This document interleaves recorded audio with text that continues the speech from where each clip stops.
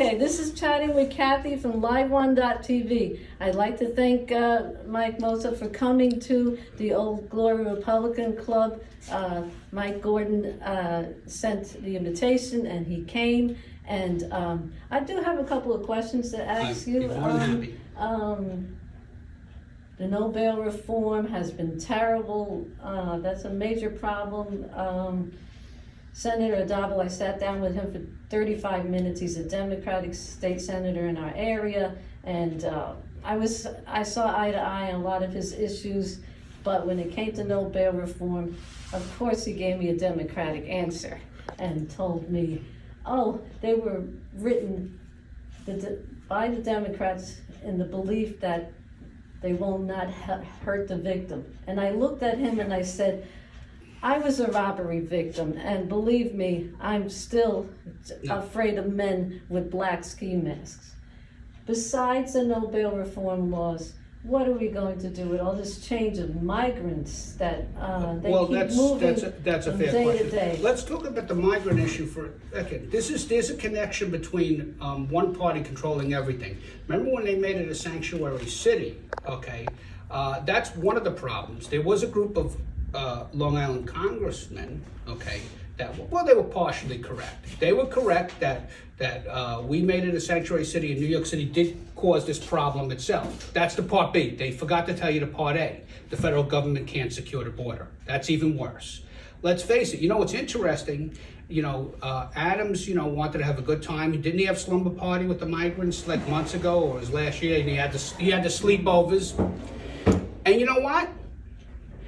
He was making his political points, how generous he was. Now, I don't agree with him, but the interesting thing is, it's irony, but it hurts all of us, is that a lot of these Democrats that welcome sanctuary city, well, you know what? Guess what? Joe Biden burns you because he didn't secure the border, okay? And bet you wish Trump was there now, okay? Because the truth is, if Trump was there, okay, sanctuary cities, I'd be against it.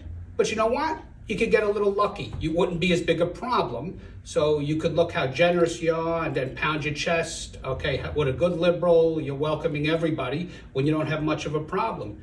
Oh, guess what? The chickens came home to roost. See what happens? Similar to bail reform. So did they pass bail reform? What, assuming nobody would commit a crime again? Many, many years ago, a fella named Michael Dukakis ran for president. And he had the furlough program. And the interesting thing is, you know who nailed him on his program? It wasn't George Bush who ran against him. Everybody remembers the Willie Horton ads. In the Democratic primary, it was then moderate to conservative Senator Albert Gore who had the famous line. I mean, it was one of the rare humorous things that Al Gore said. I mean, but I remember him saying, Governor Dukakis, you had the furlong, allowing these prisoners out for the weekend. So he said, the study says that 10% of them committed crimes again, then 75% of them decided a weekend wasn't long enough. And then he got his little laugh line. So that's where that came from, by the way. So I'm bringing that up because at least, back then, this is how far the party has gone. And it is a problem because let's face it, Democrats in big cities get elected all the time. Trump's right. They don't like it, okay? I understand they get angry because he's directly to the point. These cities have been run by Democrats. I can name them all. Do we have to go through it? Philadelphia, New York, Los Angeles, Chicago. What do they have in common? Oh, and by the way, when we went different and we elected a Republican, we turned ourselves around. And I'll tell you another thing what happened when a Giuliani became mayor.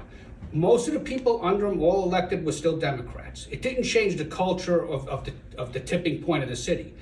But those moderates got a little bit more backbone when you had Rudy Giuliani, a popular Republican governor. So I mean, that's where we're at. I mean, if we could, it's going to be a long haul.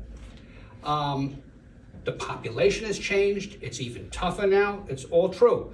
But is it still worth fighting for? I mean, that's it. I mean, on a positive note, Zeldin's campaign didn't inspire me. I think he hit all the notes correctly. I think he fought as hard as possible. So, and I think he made a difference. And I think that's, if we're here, I think we have to fight and speak up. You know, even though the odds are long. And if we're not heard, it's worse. Thank you. Go ahead. Thank you very much.